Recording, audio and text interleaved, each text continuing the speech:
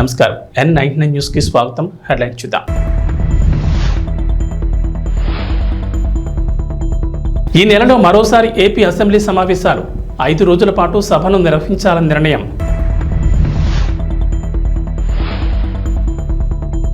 Delhi liquor scam కేసులో కవిత కొత్త వ్యూహం. డిఫాల్ట్ బెయిల్ కోసం కవిత పిటిషన్ దాఖలు. తిరుమల శ్రీవారి ఆలయంలో కోయిలల్వా తిరుమంజనం కారణంగా అష్టదళ పద్మారాధన సేవను రద్దు చేసిన టీటీడీ.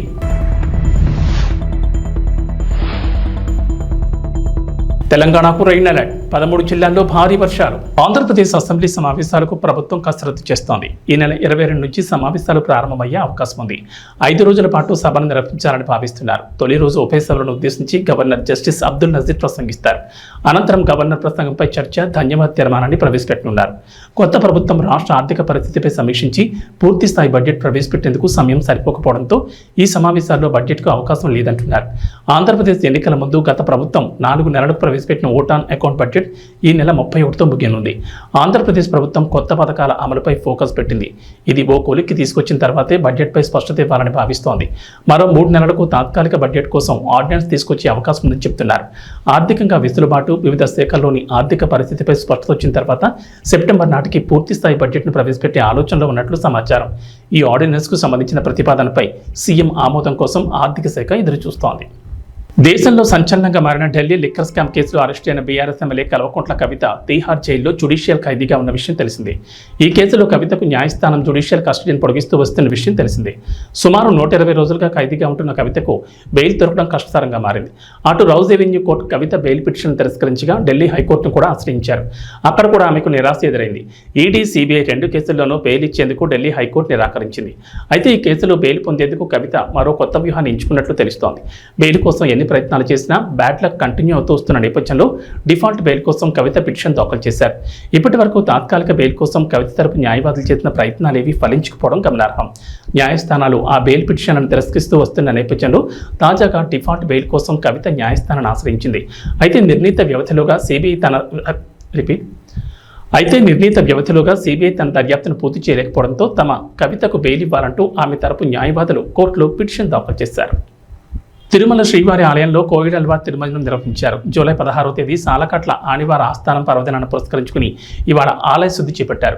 శ్రీవారి ఆలయంలోని ఆనంద నిలయం మొదలుకొని బంగారు వాకిలి వరకు శ్రీవారి ఆలయం లోపల ఉపదేవాలయాలు, ఆలయ ప్రాంగణం, పోటు, గోడలు, పైకప్పు, పూజా సామగ్రి తదితర వస్తువులను నీటితో శుభ్రం చేశారు. అలాగే స్వామివారి మూల విరాట్ను పట్టు వస్త్రంతో పూర్తిగా కప్పి ఉంచి శుద్ధి అనంతరం నామకోపు, శ్రీచూర్ణం, కస్తూరి పసుపు, పచ్చాకు, గడ్డ కర్పూరం, గంధం పొడి, కుంకుమ, కిచిలిగడ్డ తదితర సుగంధ ద్రవ్యాలు కలగలిపిన పవిత్ర పరిమళ జలాన్ని ఆలయం అంతటా ప్రోక్షణ చేశారు. అనంతరం శ్రీవారి మూల విరాటుకు కప్పిన పట్టు వస్త్రాన్ని తొలగించి ప్రత్యేక పూజ, నైవేద్యం కార్యక్రమాలను అర్చకులు శాస్త్రోక్తంగా నిర్వహించారు. అనంతరం భక్తులకు సర్వదర్శనం ప్రారంభించారు. కోయిలల్వా తిరుమంజనం కారణంగా అష్టదళ పద్మారాధన సేవను టీటీడీ రద్దు చేసిన సంగతి తెలిసిందే. ఏడాదిలో 4 సార్లు కోయిలల్వా తిరుమంజనం నిర్వహించడం ఆనవాయితీగా వస్తోంది. ఉగాది, ఆదివారం ఆస్థానం, బ్రహ్మోత్సవాలు, వైకుంఠ ఏకాదశి పర్వదినాల ముందు వచ్చే మంగళవారం కోయిలల్వా తిరుమంజనం నిర్వహించడం ఆనవాయితీగా వస్తోంది. విశాఖ వాసులకు చంద్రబాబు ప్రభుత్వం గుడ్ న్యూస్ చెప్పింది. విశాఖ రీజియన్కు ఆర్టీసీ కొత్తగా 33 సూపర్ లగ్జరీ సర్వీసులు రాబోతున్నాయి. ఈ నెలాఖరు నాటికి దఫాలుగా ఈ బస్సులు విశాఖకు వస్తాయి. రాష్ట్రంలో కొత్త ప్రభుత్వం అధికారంలోకి వచ్చిన తర్వాత కొత్త బస్సులను రాష్ట్ర వ్యాప్తంగా ఆయా డిపోలకు కేటాయిస్తున్నారు. ప్రస్తుతం కాలం చెల్లిన బస్సులు ఎక్కువగా ఉన్నాయి. అందుకే వాటి స్థానంలో కొత్త బస్సులను తీసుకొస్తున్నారు. ఇప్పటి వరకు ఒక అల్ట్రా డీలక్స్, 11 సూపర్ లగ్జరీ సర్వీసులు వచ్చాయి. మరో 33 సూపర్ లగ్జరీ సర్వీసులు రావాల్సిండగా ఈ వారంలో 4 బస్సులు వస్తాయని, మిగిలిన బస్సులు ఈ నెలాఖరులోగా వస్తాయంటున్నారు అధికారులు. విశాఖ రీజియన్కు వస్తున్న కొత్త బస్సులను అంతర్రాష్ట్ర, అంతర్జిల్లా సర్వీసులుగా నడపాలని ఆర్టీసీ అధికారులు నిర్ణయం తీసుకున్నారు. హైదరాబాద్, బెంగళూరు, భువనేశ్వర్, కోరాపుట్, రాజమండ్రి, కాకినాడ, భీమవరం, విజయవాడ, తిరుపతి, కడప, శ్రీశైలం, శ్రీకాకుళం, పలాస, పర్లాకిమిడి, ఖమ్మం, నల్గొండ, భద్రాచలం వంటి ప్రాంతాలకు ఈ ఆర్టీసీ బస్సుల్ని నడపనున్నారు. ఈ రూట్లలో ప్రస్తుతం సేవలందిస్తున్న బస్సులో కాలం చెల్లినవి, పాతబడిన వాటిని తొలగించి కొత్త బస్సుల్ని నడపనున్నారు. ఈ తొలగించిన పాత బస్సులను రిపీట్ చేసి ఆధునీకరించనుంది ఆర్టీసీ. సిటీలో తిరుగుతున్న కాలం చెల్లిన బస్సులను తొలగించి వాటి స్థానంలో ఈ ఆధునీకరించిన బస్సుల్ని నడుపుతారు. ఆంధ్రప్రదేశ్లో రేషన్ కార్డులు ఉన్న వారికి శుభవార్త చెప్పింది ప్రభుత్వం. అన్ని రైతు బజార్లలో తక్కువ ధరలకే సరుకులను అందజేయనున్నారు. ప్రభుత్వం తక్కువ ధరకే సరుకులను అందజేయనున్నట్లు పౌర సరఫరాల శాఖ మంత్రి నాదెండ్ల మనోహర్ తెలిపారు. విజయవాడలోని పౌర సరఫరాల శాఖ కమిషనరేట్లో టోకు వర్తకులు, రైస్ మిల్లర్లు, సరఫరాదారులతో మంత్రి మనోహర్ నిత్యావసర ధరల పెరుగుదలపై సమావేశం నిర్వహించారు. రాష్ట్ర వ్యాప్తంగా రైతు బజార్ల ద్వారా తక్కువ ధరకే కందిపప్పు, బియ్యం పంపిణీ చేయడంపై చర్చించారు. ఈ నెల 11 నుంచి రాష్ట్ర వ్యాప్తంగా అన్ని రైతు బజార్లలోనూ నిర్ణయించిన రేట్ల ప్రకారమే సరుకులు విక్రయించేందుకు వర్తకులు అంగీకరించారు. మంత్రి నాదెండ్ల మనోహర్ నిర్వహించిన ఈ సమావేశంలో పౌర సరఫరాల శాఖ కమిషనర్ సిద్ధార్థ్ జైన్, ఎండీ వీరపాండియన్ తదితర అధికారులు పాల్గొన్నారు. రైతు బజార్లలో విక్రయించే సరుకుల వివరాలు: కందిపప్పు బహిరంగ మార్కెట్లో కేజీ ధర 181 కాగా రైతు బజార్లలో 160కే విక్రయిస్తారు. స్టీముడు బియ్యం బహిరంగ మార్కెట్లో కేజీ ₹55.85 ఉండగా రైతు బజార్లలో ₹49కే విక్రయిస్తారు. బియ్యం బహిరంగ మార్కెట్లో కేజీ ₹52.40 కాగా రైతు బజార్లలో 48కే విక్రయిస్తారు. పేదింటి ఆడబిడ్డల పెళ్లిళ్ల కోసం ప్రభుత్వం ఆర్థిక సహాయం అందిస్తున్న సంగతి తెలిసిందే. గత బీఆర్ఎస్ ప్రభుత్వం కళ్యాణ్ లక్ష్మి, షాదీ ముబారక్ వంటి పథకాల కింద ₹1,00,000 ఆర్థిక సహాయం అందిస్తోంది. బీఆర్ఎస్ తొలిసారి ప్రభుత్వాన్ని ఏర్పాటు చేసిన సమయంలో ₹50,000 సాయం అందించగా రెండోసారి అధికారంలోకి రాగానే మరో ₹50,000 పెంచుతూ ₹1,00,000 సాయం అందించారు. పేద కుటుంబాల్లోని తల్లిదండ్రులకు ఆడపిల్లల పెళ్లి ఖర్చులకు ఈ డబ్బులు వారి అకౌంట్లలో జమ చేసేవారు. అయితే తాము అధికారంలోకి వస్తే ఆడపిల్లల పెళ్లి ఖర్చులకు ₹1,00,000 ఆర్థిక సహాయంతో పాటు తులం బంగారం ఇస్తామని కాంగ్రెస్ హామీ ఇచ్చింది. ఆ తర్వాత జరిగిన ఎన్నికల్లో కాంగ్రెస్ అధికారంలోకి రాగా ఇప్పటి వరకు ఈ పథకం అమలు కాలేదు. చాలా మంది పేదింటి ఆడపిల్లల తల్లిదండ్రులు కాంగ్రెస్ అమలు చేయనున్న కొత్త పథకం కోసం ఎదురు చూస్తున్నారు. ఈ నేపథ్యంలో కాంగ్రెస్ పరిగి ఎమ్మెల్యే రామ్మోహన్ రెడ్డి కీలక కామెంట్ చేశారు. ఎన్నికల్లో కాంగ్రెస్ పార్టీ ఇచ్చిన హామీలను అమలు చేసేందుకు రేవంత్ ప్రభుత్వం కృతనిశ్చయంతో పనిచేస్తుందని చెప్పారు. తెలంగాణలో కొత్త పెన్షన్ల కోసం అర్హులు ఎదురు చూస్తున్నారు. ఈ నేపథ్యంలో రాష్ట్ర పంచాయతీరాజ్ గ్రామీణాభివృద్ధి శాఖ మంత్రి సీతక్క వారికి గుడ్ న్యూస్ చెప్పారు.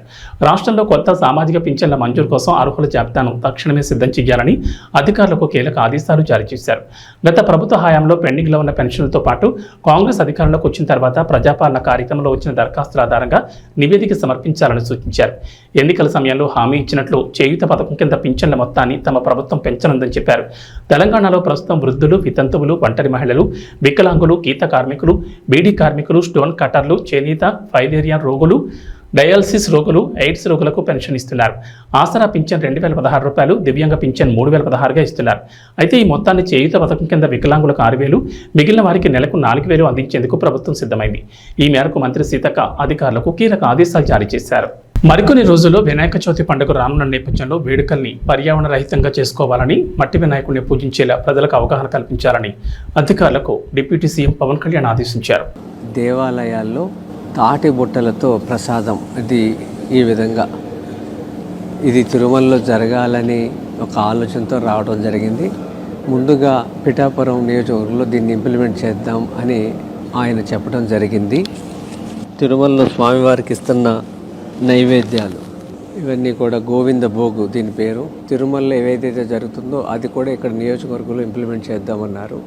అలాగే ఇక్కడ చూస్తున్న ఈ మట్టి వినాయకుడు ఈ ప్రభుత్వం రాగానే మొదటి పండుగ 100 విగ్రహాలని అక్కడున్న యువకులకి ఎకో కాంటెస్ట్ అనేవి పెట్టి భక్తి శ్రద్ధలతో నిమజ్జనం చేస్తే పర్యావరణ రహితంగా ఇంతవరకు భారతదేశంలో ఎక్కడలా జరగలేదు. ఇది చేతి సంచితో బజారుకి వెళదాం. ఒకప్పుడు 40 ఏళ్ల క్రితం ఇలా అలవాటు ఉండేది. పిఠాపురం అనే పేరుతోనే ఈ వస్తువులన్నీ మనం తయారు చేసామనుకోండి, స్థానికంగా వాళ్ళకి ఒక ఆదాయం వస్తుంది. రెండోది అదొక మోడల్గా నిలబడుతుంది. ఈ అవకాశం ఇచ్చిన పవన్ కళ్యాణ్ గారికి మనస్ఫూర్తిగా అభినందనలు, ధన్యవాదములు. భారీగా కురుస్తున్న వర్షాలకు దేశవ్యాప్తంగా ఉన్న పలు జలపాతాలు పరవళ్ల తొక్కుతున్నాయి. ఎగువ ప్రాంతాల్లో వర్షాలు కురుస్తుండటంతో కర్ణాటకలోని షిమోగా జిల్లాలో శరావతి నదిపైనున్న జోగ్ ఫాల్స్ ఉరకలెత్తుతోంది. దీనికి సంబంధించిన తాజా వీడియో వైరల్ అవుతోంది. చుట్టూ పచ్చదనం, ఎత్తైన కొండలపై నుంచి వరద నీరు పొంగిపొర్లుతున్న దృశ్యం చూపర్లను ఆకట్టుకుంటోంది. ఇది ఇండియాలోని ఎత్తైన జలపాతాల్లో జోగ్ వాటర్ ఫాల్స్ ఒకటి.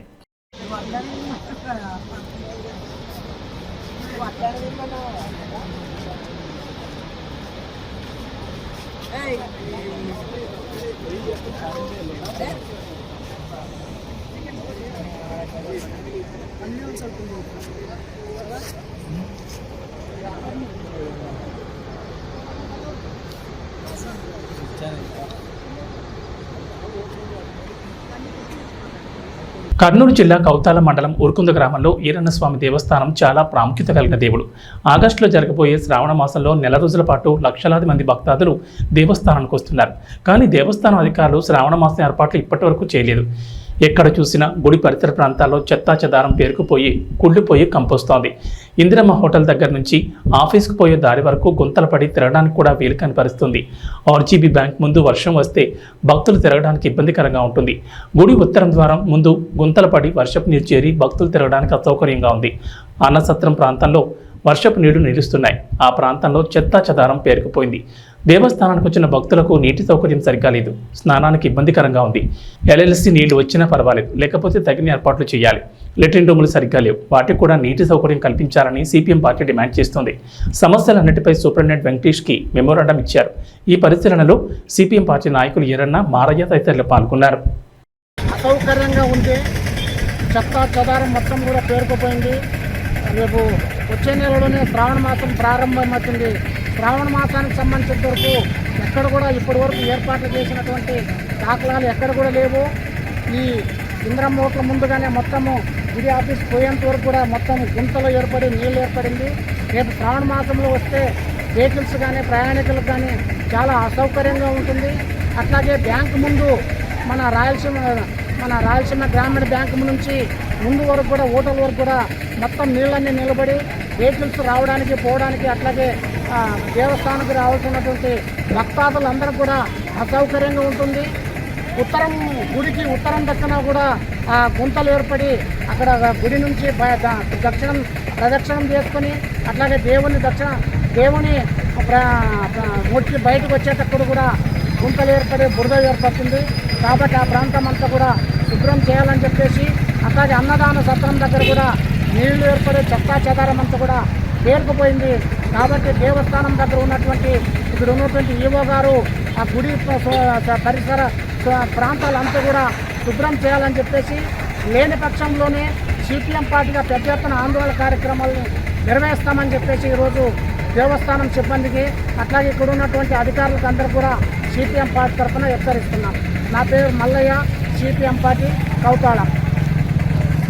విద్యార్థులకు పరీక్షలు, జ్ఞాపక శక్తిని, వారి భయాందోళనను, మానసికంగా బాధపడే వారికి, మత్తు పదార్థాలకు బానిసలైన వారికి, చెడు దుర్వ్యసనాలకు బానిసలైన వారికి, భార్యాభర్తల సమస్యలకు తనదైన శైలిలో కౌన్సిలింగ్ ఇస్తూ మానసిక రుగ్మతలను పోగొట్టే సైకాలజిస్ట్, ప్రముఖ హిప్నాటిస్ట్ ఉమాచంద్రన్ అభినందించి తీరాల్సిందేనని ఆల్ బీసీ జాతీయ సంక్షేమ సంఘం ఉపాధ్యక్షుడు, అఖిల భారత దోబీ మహాసంఘ్ జాతీయ ఉపాధ్యక్షుడు చింతాడ శ్రీనివాస్ అన్నారు. ఈ మేరకు భీమవరం కోడవెల్లి రోడ్లో చింతాడ శ్రీనివాస్ కార్యాలయంలో ప్రముఖ హిప్నాటిస్ట్ ఉమాచంద్కు గౌరవ సత్కారం అందించారు.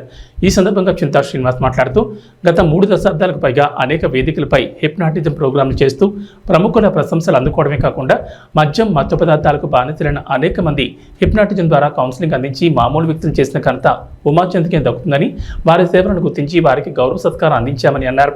ఈ సందర్భంగా ఉమాచంద్ మాట్లాడుతూ మానవతా ధర్మంగా ఇటువంటి సేవలు చేయడం భగవంతుడిచ్చిన వరంగా భావిస్తున్నారన్నారు. హైదరాబాద్లోనే కాకుండా భీమవరంలో కూడా కొద్ది రోజుల్లో మానసిక సమస్యలపై కౌన్సిలింగ్ సెంటర్ను కార్యాలయాన్ని ప్రారంభిస్తామని తెలిపారు. తాను అందుకున్న గౌరవ సత్కారం తనకు మరింత బాధ్యతలు పెంచుతుందని, మీ అందరి ఆశీస్సులే నాకు కొండంత అండని అన్నారు. ఈ కార్యక్రమంలో చింతాడ ప్రసన్న కుమార్, కృష్ణ తదితరులు పాల్గొన్నారు. మనం భీమవరం పట్టణానికి విచ్చేసిన సైకాలజిస్ట్ శ్రీ ఉమాచంద్ర గారికి మన భీమవరం పట్టణం ఇచ్చేశారు. ఆయన రాజమండ్రిలో ఎంతోమందికి ఉపయోగపడి ఈరోజు మన భీమవరంలో కూడా చాలామందికి ఉపయోగపడ్డారు. అలాగే ఎవరైనా కొన్ని ఇబ్బందులు ఉన్నా, మత్తు పానీయాలకు అలవాటు పడినా, లేకపోతే మానసికంగా ఉన్నా అటువంటి వారికి ఆయన ఎన్నో సైకాలజిస్ట్ ద్వారా సేవలు అందించి చాలా ప్రజలు మనలు పొందినారు. అలాగే ఆయన ఇలాగ ఎన్నో సేవలు చేయాలని, అలాగే మన ఎక్కువగా మత్తు పానీయాలకు అలవాటు పడుతున్నారు. అలాగే మానసికంగా, అలాగే కుటుంబంలో కొద్ది కలహాలు ఉన్నా సరే ఆయన ఇటువంటి సేవలు చేస్తున్నారు. ఆయనకి మా బీసీ సంఘాల తరఫున, అలాగే రజకు సంఘాల తరఫున ప్రత్యేక కృతజ్ఞతలు తెలుపుకుంటున్నాం. అలాగే మన భీమవరం పట్టణానికి వచ్చినందుకు ఉమాచంద్ర గారికి ప్రత్యేక అభినందనలు తెలుపుతున్నాం. నమస్తే అండి. ఈరోజు నేను భీమవరం వేరే కొన్ని కారణాలు రావడంలోని చింతాడ మిత్రులు చింతాడ శ్రీనివాస్ గారు, ఆల్ ఇండియా బీసీ సంక్షేమ సంఘం ఉపాధ్యక్షులు, అలాగే మిత్రులు కృష్ణ గారు నన్ను ఈ రోజున ఇక్కడ ఆహ్వానించి వాళ్ళు గౌరవార్థం చిరు సత్కారం చేయడం నాకు జరిగింది. ఈ రోజున భీమవరంలో వీరి ద్వారా ఈ సంఘం తరపుని నాకు ఈ యొక్క చిరు సత్కారం జరగడానికి చాలా చాలా హ్యాపీగా ఉన్నాను. నా ద్వారా వీరి సంఘానికి ఎలాంటి సహాయ సహకారాలు కావాలని నేను అందిస్తానని మీ అందరికీ తెలియజేస్తాను. త్వరలో ఇప్పటి వరకు నేను భీమవరంలో 20 సంవత్సరాల నుంచి నాకు భీమవరంతో అనుబంధం ఉంది. ఈ భీమవరం నుంచి కూడా నాకు చాలా మానసిక సమస్యలకు సంబంధించి student problems, family guidance, suicide attempt కేసులు, బ్యాడ్ హ్యాబిట్స్ ఇలాంటి అనేక రకాలైనటువంటి ప్రాబ్లమ్స్కి నేను ఫ్యామిలీ కౌన్సిలింగ్, స్టూడెంట్ కౌన్సిలింగ్ ఇలా అనేక రకాలైనటువంటి ప్రాసెస్ల ద్వారా వాళ్ళ జీవితాల్లో మంచి మార్పు తీసుకురావడం జరిగింది. అలాగే త్వరలో రాబోయే ప్రకాశం జిల్లా కంభం మండలం నర్సిరెడ్డిపల్లి గ్రామ దళితుల శ్మశానం కోసం 3 ఎకరాల 75 సెంట్ల భూమిని ప్రభుత్వం ఏర్పాటు చేస్తుండగా కేవలం 10 సెంట్లు వదిలి మిగతా 3 ఎకరాల 60 సెంట్ల స్థలం కొందరు అగ్రకులానికి చెందిన బీసీలు ఆక్రమించి భూమిని దున్ని పంటను వేసుకుని అక్రమంగా ప్రవర్తిస్తున్నారు. ఇదేంటని అడిగితే అమానుషంగా మాట్లాడుతూ గొడవలు చేస్తున్నారు. అధికారులు నాయకుల అండదండలతో అణచివేస్తూ పక్షపాతం చూపిస్తున్నారు. ఇప్పటికైనా సంబంధించిన అధికారులు నాయకులు కలవ చేసుకుని దళితులైన మాకు న్యాయం చేయాల్సిందిగా గ్రామ ఎస్సీ కాలనీ వాసులు కోరుతున్నారు. నమస్కారం సార్, నా పేరు రమణ, మాది నర్సిరెడ్డిపల్లి గ్రామం, ఖమ్మం మండలం, ప్రకాశం జిల్లా. సార్ మేము ఎస్సీ కాలనీ వాసులము. మాకు ఇక్కడ శ్మశానానికి స్థలమే లేకుండా చేసిండ్రు. మా స్థలం వచ్చేసి 3 ఎకరాల 75 సెంట్లు మొత్తము. కాకపోతే వీళ్ళు రైతులు మొత్తం ఆక్రమించేసిండ్రు. మేము దళితులమని చెప్పేసి మేమేం చేయలేమని చెప్పేసి మేము అడిగితే మా మీద దాడి చేయడానికి ఎదురు తిరుగుతా చేస్తున్నారు. మొత్తం 3 ఎకరాల 75 సెంట్లకు గాను కనీసం మాకు ఇప్పుడు 10 సెంట్లు కూడా లేదు సార్. 10 సెంట్లకు కూడా ఇవన్నీ కంపల్సరీ సార్. ఎవరన్నా చనిపోయినా కూడా పెట్టుకునే పరిస్థితులు మేము లేము సార్. కేవలం ఈ యొక్క సమాధి ఉండడం వల్ల ఈ 10 సెంట్లైనా మాకు మిగిలించారు. లేకపోతే అసలు మాకు శ్మశానమే లేదు సార్. ఎవరన్నా మా గ్రామంలో అడిగినా కూడా మీరు దళితులు అని చెప్పేసి మమ్మల్ని హీనంగా చూస్తున్నారు సార్. దయచేసి మా ఎందుకు దయ చూపించి మాకు శ్మశానానికి మా స్థలమే సార్ 3 ఎకరాల 75 సెంట్లు మొత్తం మా స్థలం మాకు ఇప్పించవలసిందిగా ప్రార్థిస్తున్నాం సార్. సార్ మా అందు మీరు దయ ఉంచి పక్షపాతము వివక్షత లేకుండా మాకు కూడా మీరు ఎమ్మెల్యే గారు కాబట్టి మా అందు దయ ఉంచి మా శ్మశానం స్థలం మీరు మాకు ఇప్పించవలసిందిగా కోరుచున్నాం సార్. కనీసం మా పరిస్థితి ఎంత హీనంగా ఉందంటే ఎవరైనా చనిపోతే కూడా మేము ధైర్యంగా వచ్చి మా స్థలంలో మేము పెట్టుకునే పరిస్థితుల్లో లేము సార్. మీరే ఆలోచన చేయండి సార్. దయచేసి మా అందు దయ ఉంచి మాకు మా స్థలం మాకు ఇప్పించవలసిందిగా కోరుచున్నాము. ప్రశాంత్ వర్మ ఇప్పుడు ఎంతో బిజీగా ఉన్నారో ప్రత్యేకంగా చెప్పాల్సిన పని లేదు. ప్రశాంత్ వర్మ సినిమాటిక్ యూనివర్సల్ భాగంగా చాలా సినిమాలు రాబోతున్నాయి. ఎంతోమంది సూపర్ హీరోల సినిమాలు రెడీ అవుతున్నాయి. ఈ క్రమంలో ప్రశాంత్ వర్మ టీంలోని ఎంతోమంది దర్శకులు అండ్ టాలెంట్ టెక్నీషియన్స్ పలు ప్రాజెక్టులను హ్యాండిల్ చేస్తూ బిజీగా ఉన్నారు. ప్రశాంత్ వర్మ అయితే ముఖ్యంగా జై హనుమాన్ మూవీ మీద ఫోకస్ పెట్టాడు. అదే టైంలో రణ్వీర్ సింగ్తో ఓ సినిమాను ప్లాన్ చేస్తాడన్న సంగతి తెలిసిందే. గత కొన్ని రోజులుగా రణ్వీర్ సింగ్ ప్రశాంత్ వర్మ సినిమా మీద డైలమా కనిపించింది. ఈ ప్రాజెక్ట్ మధ్యలోనే ఆగిపోయిందనే రూమర్లు వినిపించాయి. కానీ ఇంతవరకు ఈ ప్రాజెక్ట్ గురించి ఎలాంటి అధికారిక సమాచారం అయితే రాలేదు. అసలు ఈ సినిమా ఉందని కానీ లేదని కానీ ఎవ్వరూ చెప్పలేదు. కానీ తాజాగా ప్రశాంత్ వర్మ వేసిన ఓ ట్వీట్ చూస్తే రకరకాల అనుమానాలు పుట్టుకొచ్చేలా ఉన్నాయి. తాజాగా ప్రశాంత్ వర్మ తిరస్కరణ గురించి ఓ ట్వీట్ వేశాడు. ఆ ట్వీట్ని గమనిస్తుంటే తన సినిమాను కథను ఎవరో రిజెక్ట్ చేసినట్లుగా కనిపిస్తోంది. ఎన్ని రిజెక్షన్స్ ఎదురైతే అంత మంచిది అన్నట్లుగా ప్రశాంత్ వర్మ వేసిన ట్వీట్ ఇప్పుడు చర్చనీయాంశంగా మారింది. నీ కథను ఎవరు రిజెక్ట్ చేశారన్నా, అయినా ఆ బాలీవుడ్ స్టార్లతో ఎందుకు తీస్తున్నావన్నా, మన వాళ్ళతోనే సినిమా తీయొచ్చు కదా అని సలహాలు ఇస్తున్నారు.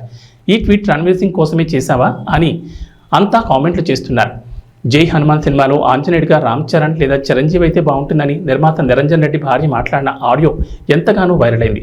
మరి హనుమంతుడిగా జై హనుమాన్ సినిమాలో ఏ స్టార్ హీరో నటిస్తాడో వేచి చూడాల్సిందే. T20 వరల్డ్ కప్ 2024ను ముద్దాడడంతో 11 ఏళ్ల తర్వాత టీమిండియా తిరిగి ఐసీసీ టైటిల్ను గెలుచుకుంది. 2013లో ఛాంపియన్స్ ట్రోఫీ విజయం తర్వాత తిరిగి మరోసారి ఐసీసీ టైటిల్ను దక్కించుకుంది. ఉత్కంఠభరితంగా సాగిన ఫైనల్ మ్యాచ్లో పటిష్టమైన దక్షిణాఫ్రికా జట్టును మట్టి కరిపించి T20 వరల్డ్ కప్ 2024ను సొంతం చేసుకుంది. దీంతో 14 ఏళ్ల సుదీర్ఘ విరామం తర్వాత రెండోసారి T20 వరల్డ్ కప్ను భారత్ గెలుచుకుంది. ఈ క్రమంలో రోహిత్ సేనకు బీసీసీఐ భారీ నజరానా ప్రకటించింది. ఆటగాళ్లు, కోచింగ్ సిబ్బంది, సహాయక సిబ్బంది, రిజర్వ్ ఆటగాళ్లు, సెలెక్టర్లు మొత్తం 42 మంది కలిపి ఏకంగా 125 కోట్ల ప్రైజ్మనీ ప్రకటించింది. దీంతో జట్టులోని ఆటగాళ్లు, హెడ్ కోచ్ రాహుల్ ద్రావిడ్లకు ఒక్కొక్కరికి 5 కోట్ల చొప్పున, మిగతా సిబ్బంది, రిజర్వ్ ఆటగాళ్లకు కూడా గణనీయ సంఖ్యలోనే నగదును పంపిణీ చేశారు. రిజర్వ్ ఆటగాళ్లకు 2.5 కోట్లు, కోచింగ్ సిబ్బందికి 1 కోటి చొప్పున, బ్యాక్ రూమ్ సిబ్బంది, వైద్యులు, త్రోడౌన్ నిపుణులకు 2 కోట్ల చొప్పున, సెలెక్టర్లకు ఒక్కొక్కరికి 1 కోటి చొప్పున అందజేసింది.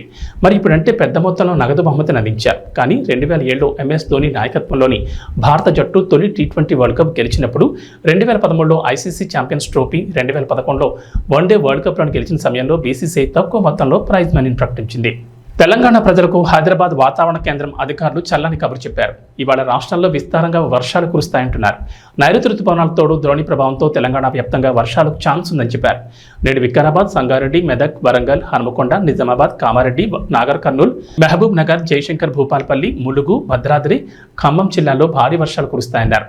ఈ మేరకు ఆయా జిల్లాలకు వాతావరణ శాఖ అధికారులు ఎల్లో అలర్ట్ జారీ చేశారు. హైదరాబాద్లో ఉదయం వాతావరణం పొడిగా ఉంటుందని చెప్పారు. సాయంత్రానికి నగరంలో జల్లులు పడే అవకాశం ఉందని వెల్లడించారు. భారీ వర్షాలతోడు భారీ స్థాయిలో బలమైన ఈదురుగాలులు వీస్తాయన్నారు. గంటకు దాదాపుగా 30 నుంచి 45 కిలోమీటర్ల వేగంతో ఈదురుగాలులు వీస్తాయని చెప్పారు. గాలులతో పాటు ఉరుములు, మెరుపులతో కూడిన వర్షాలు కురుస్తాయన్నారు. కొన్ని చోట్ల పిడుగులు పడే అవకాశం ఉందన్నారు. ఈ నేపథ్యంలో ప్రజలు అప్రమత్తంగా ఉండాలని సూచించారు. అవసరమైతేనే బయటకు వెళ్లాలని, చెట్ల కింద ఉండకూడదని హెచ్చరించారు. పొలం పనులు చేసుకునే వారు కూడా జాగ్రత్తగా ఉండాలని చెప్తున్నారు. ఏబీ బులెటిన్ విశేషాలు. నమస్కారం.